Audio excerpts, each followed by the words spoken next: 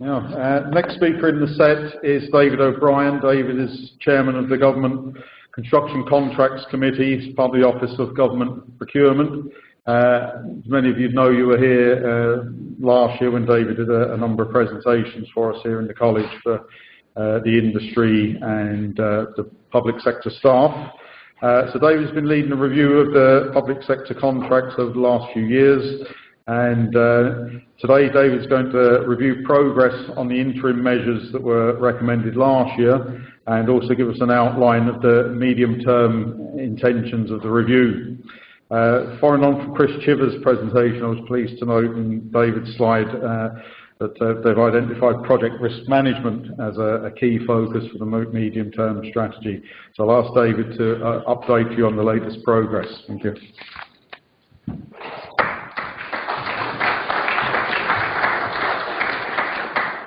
Thanks, Martin, and thanks to the Institute of Technology for hosting us again, or me again, to talk about this topic. We've moved on slightly from Chris's presentation. There's a kind of a neat link, I suppose. Martin mentioned risk, but change is also prevalent in much of the presentation. So I'll just take you through very quickly what's been going on for those of you who weren't or aren't aware. I'll talk about the changes that have been made, and then we'll just talk briefly about the medium-term strategy.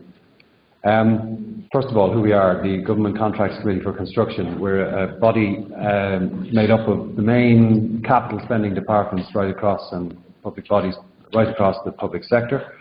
Our role primarily is a policy formation, if you like, so policy initiatives coming from government, we put the flesh and the bones on those and translate it then into, I suppose, the tendering documents, public works contracts and so on that most of you will be familiar with. So it is pretty much a bottom-up approach to how we engage with the construction industry. I suppose what is interesting about it is the sense of lag that can exist between what is a very dynamic sector, a very dynamic industry, and sometimes our response time can be a little bit slow on that, given that approach that we take. The primary outputs are the capital works management framework, and most of you who are in practice or in the construction sector will know of that. For those of you who are about to be unleashed on the world of construction, you'll suddenly become very familiar with it and perhaps wish you stayed where you were. So the review of the public works contracts, I'll just take you through this very, very quickly. We commenced, just to give you just a very quick background to where they came from, so, and then take you through what they are and the issues that we found that were impacting on the performance of the contract and performance in terms of delivery of the projects, the review process and the review conclusion. So, very quick summary. What prompted them? Considerable cost overruns, and Chris mentioned a few high-profile international contracts. We haven't had quite that league of overrun, but significant enough to prompt a rethink as to how we manage projects. Government requirement was greater cost certainty, better value for money, and I suppose more efficient delivery, all the things that Chris touched on in his presentation earlier on. And motherhood and apple pie, who wouldn't want those? So the solution adopted is the one that probably, we've been focused on for the past year and a half or so, which was a fixed price lump sum contract, and they were introduced in 2007. And we're back to that risk topic again, transferring risk. So the extent to which you can have a fixed price lump sum contract is directly proportional, really, to the amount of risk that you're transferring. And the expected outcome was an increased contract sum, and for that, we were going to get our price certainty. I will just reiterate the date again, 2007, and I think we know what happened the following year. So, what's the big difference between what we had previously and what were introduced in 2007? Well, again, it's this concept of risk management. Under the previous forms of contract, there wasn't really an incentive to manage risk because the state retained most of that risk, and as it arose, it just paid out. And so people became comfortable with that mode of operation, but it gave rise to considerable cost overruns on a couple of spectacular jobs, but by and large, you know, it was hard for us to establish right across the board whether this cost overrun was a kind of a prolific feature or whether it just linked to certain projects. And the other change, I suppose, with notification requirements or conditions precedent. So the original forms of contract had notification requirements. In fact, most construction contracts do. It's prudent management. But in our case, we introduced the concept of a condition precedent to a claim. So if you didn't notify within a certain period of time, you lost your entitlement to the claim. So as we saw it through the review process, a number of factors were impacting on that, on the outcome, if you like, on the successful outcome of those contracts. A very competitive tendering environment, obviously. 2007, 2008, we had the financial collapse, if you like. John O'Regan, some of the slides he showed earlier on, showed the stark decline in output. So, if memory serves me, almost 25% of GDP down to between 7 and 8%. And that decline happened at its sharpest over 2 years. So the extreme competition that gave rise to the very low prices being bid was a real challenge for public bodies in managing the contracts as a result of that. The dispute resolution mechanisms also, because the contract had a determination, obviously most contracts do, but thereafter the option, if the contractor wasn't happy with that determination on any claim, meant the dispute that inevitably arose, particularly when you're dealing with very low bid prices, went off to third-party formal dispute resolution procedures. And the other problem we had is that there was no wider application from having engaged in those very costly and time-consuming dispute resolution mechanisms. So the review, I'll just fly through these. Commenced in 2013, and we finished with a report in 2014. We set out two, I suppose, significant aspects to the review conclusion, if you like, were what we saw as sort of quick fix solutions based on the existing form of contract to rebalance risk that was being transferred under those contracts. And then to begin a process of engagement on a strategy, if you like, a medium-term strategy on public works procurement. And I'll go into that at the end, if you like, as to what the rationale behind that was. The interim amendments are essentially what we've been working on for the past year. Now, this process took a lot longer than we had envisaged. This was meant to be a very quick fix to what were obvious problems as we saw it. But midway through the process where we were starting to implement this, we realized that there seemed to be some misconceptions and misunderstandings about how the contracts are intended to operate, but also we felt it was worthwhile. Most of the review process was conducted with representative bodies, stakeholder groups and so on, but we felt it would be wise to go out and see what the reaction was at a kind of a high level in broad terms to what these changes were. And we conducted a series, and one of them was held here in June with face-to-face sessions like this, where we set out what we were thinking and we invited comment from the floor. And that did inform quite a bit of detailed change, I suppose, in what we were talking about doing. It prolonged things a little bit, and one thing I have learned is, you know, things do not move quickly in the public service, certainly where I work in. And likewise, change, which is a feature of our business, the marketplace doesn't really like change terribly much either, and we've learned that as part of the process, that we went out and we signalled what we intended to do, and then we told everyone again what we intended to do. And even in the last few months, where the amendments are now gone live, we're getting, what are you doing? Why are you doing that? So there's a process of telling and telling and telling again required, which is something we've learned and something we take forward into the medium-term strategy. So essentially the three objectives were to rebalance the risk, I spoke about that, and to reduce the potential for the costly disputes that arise. I noted Chris's point there earlier on about negotiation and trying to resolve disputes. Obviously where your price differential is in terms of the cost of delivery versus the price that has been bid for the job, in some cases that makes life very, very difficult. But nonetheless, we feel it's something worthwhile dealing with. So some of the changes we've introduced attempt to address that problem, and we'll see if people engage in the spirit intended.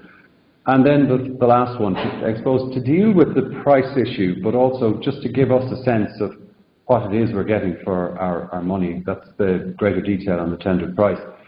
So where they applied, and again I apologise for people who are not familiar with the suite of public works contracts, but what I'm going to go through, Amendments 1 and 2 apply only to what we call the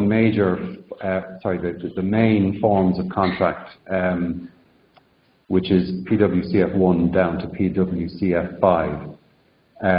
Amendment 4 only applies to those deal with contracts above 5 million, and Amendment 3, which you'll see on the list there, we had to push that into the medium-term strategy, just in terms of resource and time that was going to be necessary, and you'll probably see why when you see what it is. So, the first change was the risk of errors in the bill quantity. So, under the public works contract as was, the risk of errors, there was an optional risk transfer. The default position was the risk of errors was with the contractor.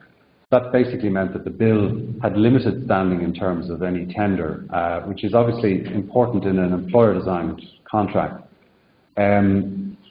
So we did something very simple there. We just took out that option, and it's now mandatory. The risk is with the employer.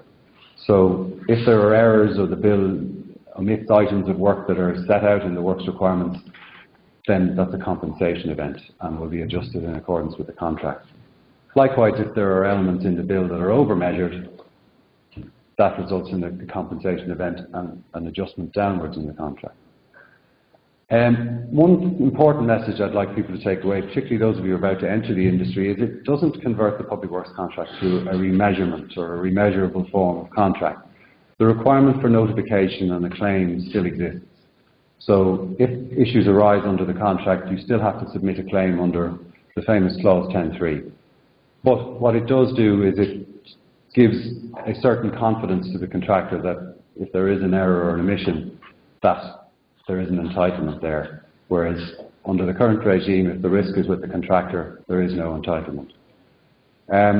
So the bill of quantities has become the primary reference for tender purposes on employer-designed contracts, obviously. And what does that mean? It means more time is required in the preparation of a fully measured bill. You know, bills of quantities typically going out on some of the public works contracts have been schedules of rates, but maybe a little bit more detail than that. But the risk didn't matter all that much to the employer, so really it became a kind of an advisory document for dealing with cost adjustments and dealing with evaluation, stage payments and so on. Now it's much more significant.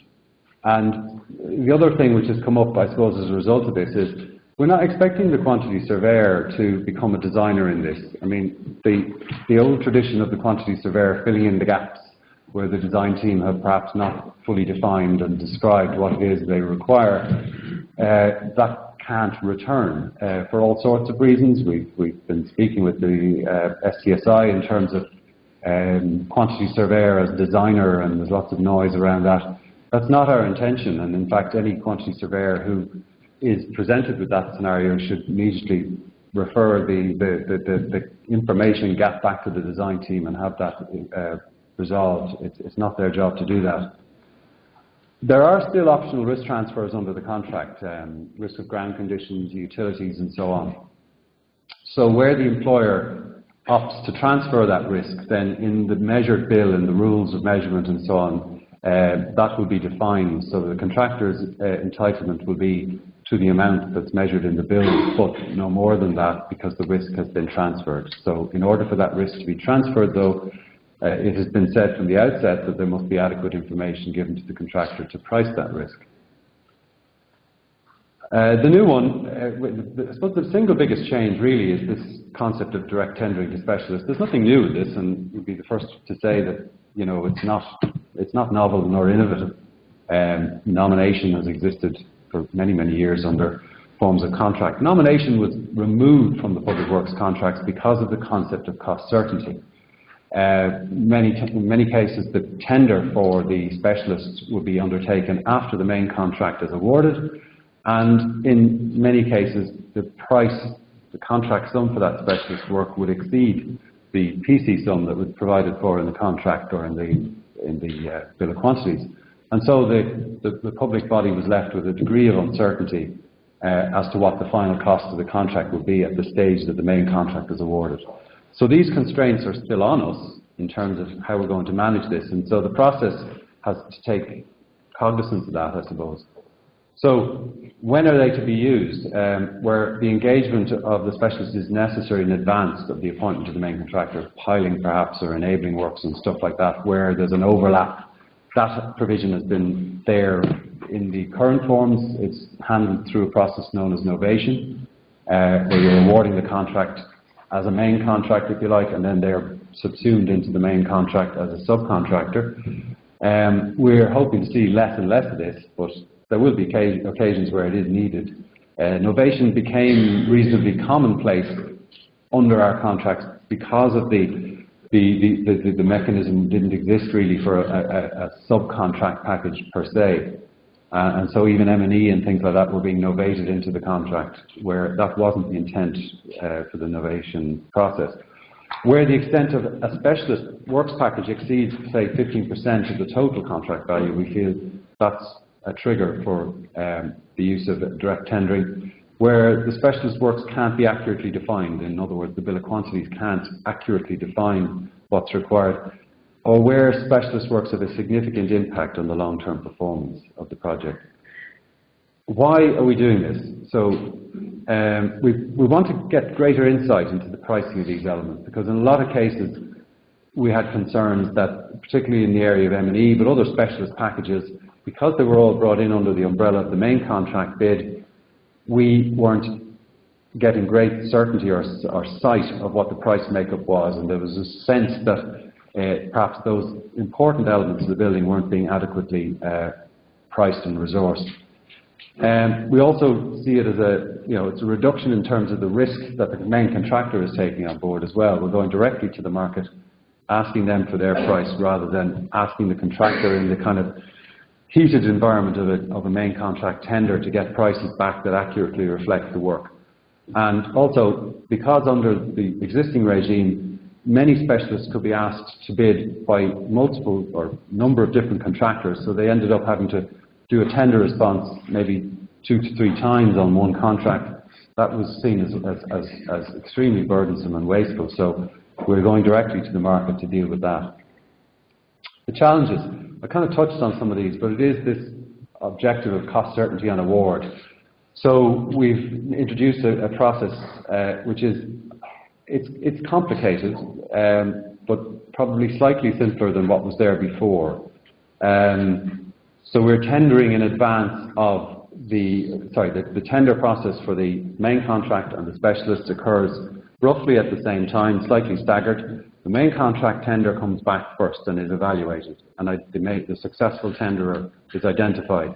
In parallel, the specialist tenders are ongoing, but at a point where the successful main contractor is identified, that and the letters, the Alcatel letters or the unsuccessful tender letters, the successful tender letters go out to the main contractor. The specialists are appraised of the identity of the main contractor, and they're given a copy of that program, the main contract program. They're given a further period then to return their tenders, evaluated, and everyone brought in together in a pre-contract meeting. The purpose of that meeting is just to confirm all aspects, there's no misunderstandings, and then the button is pushed and the main contract is awarded. Thereafter, the main contractor appoints the specialists. We're titling them reserved specialists. We're not calling this process nomination. A lot of people are saying, well, it's just, why are you not? I mean, it's the same process. It isn't the same process.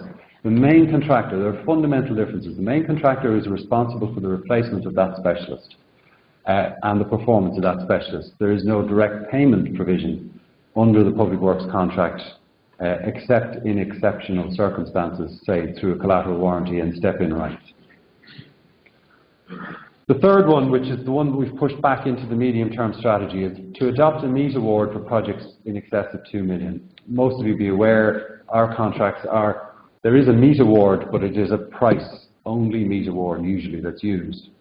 We want to see greater use of quality MEZE criteria, which is a challenge for people. If you're familiar with the public procurement world, that can be a serious risk to the progress or to the successful award of a contract. So we wanted to engage with industry to try and develop robust metrics that we can use to, I suppose, de-risk that challenge potential, but to really, I suppose, evaluate the quality outcomes for the contract. So that's being done as part of the medium-term strategy. Dispute resolution. That seems to take up an inordinate amount of my time, and I'm not a fan of it. I'm not sure that the outcomes are in either party's interest quite often, but there's an industry there, and they're very professional at what they do. But what we decided to do is we would introduce, the contract always had requirements, but by and large, where you're in a fairly adversarial position, the notification requirements under the contract tend to cause fracture in relationships and so on. So what we decided we would do is we would introduce a dispute escalation process into the contract, where basically we move the dispute, once crystallized, up to a level above to see if that process could be managed and a resolution found without recourse to formal procedures. Our contracts, in terms of dispute resolution, there's a serious overhaul required. We didn't get into it at the moment because there's a number of changes coming down the tracks in that whole space. The last point on the slide there is probably the biggest one most of you will be aware of. We introduced a standing conciliator, which is, I was interested in Chris's comment there about somebody who watches the behaviour and the interaction between the parties, and that was part of what we were looking at there, to see that, and it isn't slanted one way or the other. It's about seeing how both parties to the contract are engaging and making sure that that's working better. So the standing conciliator is introduced on contracts in excess of 10 million. It's mandatory on contracts in excess of 10 million. Optional for right down to 5 million, so contracting parties can choose to use it. We've retained conciliation, arbitration, and then we're going to have adjudication, which is going to be a statutory process. We will move to ditch one of those, and it will probably be arbitration, but we need to look at it in a little bit more detail. I still believe conciliation gives flexibility to parties if they want to engage in a more controlled, in a process, I suppose, that they control themselves. Adjudication, as any of you will be aware of the Construction Contracts Act, that's a 28-day process and can be extended by agreement, but it's very, very fast, and main contract disputes tend to be of a nature that perhaps you're not going to get to the bottom of it in 28 days. The UK has considerably more experience in adjudication than we do, but we kind of shudder at the thought of mini arbitrations which are being undertaken under adjudication at the moment. So we're leaving it there as an option for parties. But adjudication will trump conciliation and the project board. So when it's introduced, it's a statutory process. Doesn't matter what the contract says, parties have a right to go to adjudication. So we will have to introduce measures into the contract to manage that. So if another process has started, what happens, and so on and so forth. The timeline for this. So the people are asking us, are they up and running? They are. Back to, insofar as it can be described as a collaborative process, anything we do under the public works contracts, I don't think people would necessarily see them as collaborative forms of contract. But we have been engaged in this process with all across the industry So we have published the amended forms of contract, the amended instructions to tender, and the form of tender and schedule are all available on the website. A circular has been issued which sets out the requirements on public bodies as to how these new arrangements are to be implemented. There's a parallel universe, if I can put it that way, for the work side until the 8th of January next year, where the existing forms of contract, if I can call them that, can still be used because it must take into account the appointment and scope of services that the design team have been engaged upon to deliver. So, for example, the direct tendering of specialists acknowledged that as a bigger administrative burden on the design team. So unless the contracting authority is in a position to move to that position fairly quickly, they may still use the existing forms of contract. That is backstopped until the 8th of January of next year, whereupon any contracting authority wishing to use the existing arrangements must come to the GCC and seek a derogation. Now, there will be cases where that's perfectly legitimate because the design team, most of you involved in public contracts, will be aware the length of time it takes to get from design right through to tender or contract award. But from the 4th of April, very shortly, consultant scope of services will have to reflect the new changes. So you can expect to see, and if you don't see, that enhanced requirement under the major forms of contract. So bill of quantities fully to Arm 4 of the building, CESM 3, we're retaining CESM 3 for expediency. Our discussions with the industry would suggest that CESM 4 in the civil space is not widely used here yet. So we've amended CESM 3 in recognition of that. Medium-term strategy, very quickly. This is going to be an altogether much larger task. And we're late starting it. I put the hand up. We should have started this midway through last year. But as I said, between resource constraints and just more involved in what those small amendments than we thought. So what's prompted that is, it's my view that I don't believe we're doing public procurement terribly well. It's complicated, but it could be simplified, and there's lots of IT solutions to do so that we can deal with the, if you like, the housekeeping elements of public procurement through IT systems to the greatest extent possible, and then deal with the crux of the issue, the differential aspects, which is generally in construction anyway, down to technical criteria, so we can manage that process a lot more efficiently and hopefully encourage greater engagement in it. Huge criticism of the bureaucracy involved, and rightly so. Unfortunately, it does go with the territory. There's only so much leeway that we have, but I do see IT as being a considerable benefit to us. And there's also significant changes that have been brought about.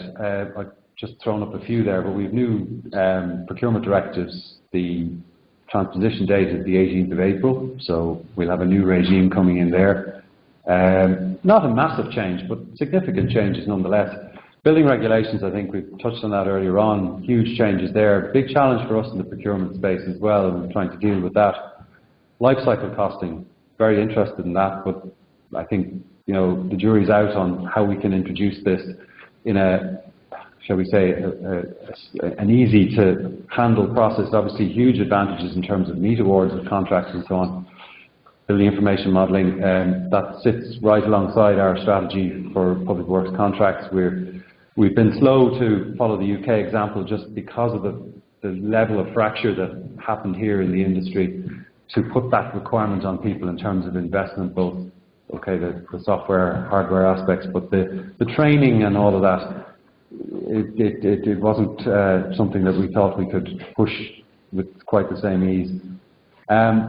And the key areas, well, risk management, you had a presentation on that, I won't go into that any further, but we feel that we've gone from one regime where we kept risk and it wasn't managed, to another regime where we transferred risk and it wasn't managed, to a point where we actually have to take direct control over this and try and set down how risk should be managed under contracts. Cooperative behaviour, again, back to the last presentation, collaborative behaviour. yeah, I think we can certainly move to that position, but I'd be happy if we could get to cooperative from where we're coming from. Performance evaluation, key aspects for us as well in terms of, you know, public procurement. Unfortunately, we heard wonderful presentations about relationship building. In public procurement, that's not an easy thing to manage. Whether you performed a sterling job for us, you know, last year, really does not enter into the equation. But unfortunately, it's all about punishing bad behaviour, and then that drives us straight into the confrontational aspects. We're going to have to look at that and see if we can introduce metrics around it. And alternative forms of contract. Despite popular opinion, we have mandated the use of other forms of contract for specific areas. For example, the Department of the Marine Fishery Harbours, they're using FIDIC now for a lot of their dredging works. So, you know, we're looking at these areas, and in the report on the contract themselves, we spoke about the certain categories of contracts or projects that really did not present a great fit for a lump sum contract, and we're engaged with various public bodies in that space at the moment in terms of looking at how they can better manage risk and, you know, not end up in that adversarial position each and every time, which perhaps the public works contract might push them into on the basis that it's a lump sum contract. Other developments, and that's me finished. I've spoken about the classical directive. We're introducing a guidance note on the financial appraisal of building contractors. Again, not intended to be, you know, it's just to enhance what we're doing at the moment. We have lots of complaints about people setting turnover levels at ridiculous levels. Turnover is not a solvency test, and many people use it as such. So we're looking at introducing just simple metrics that people can use to establish the financial robustness of contractor. The Construction Contracts Act, the impact on the Public Works contract, primarily it's going to be under the payment clause, really. Adjudication is a statutory right once the Act is commenced, so we want to ensure that the payment clauses in the contract and the payment notice, payment claim notice, and the payment claim dates, and all those things are dealt with, and there's no difficulties in that. And then social and environmental considerations. I suspect in the next government we're going to see a considerable interest in those areas. Came up earlier on in terms of employment of local, you know, employment opportunities, I suppose, in say some regeneration schemes. That kind of stuff is going to come to the fore in the next government. I would imagine it's been growing all the while, and guidance is definitely necessary on it, and we're working on that at the moment. So thank you very much.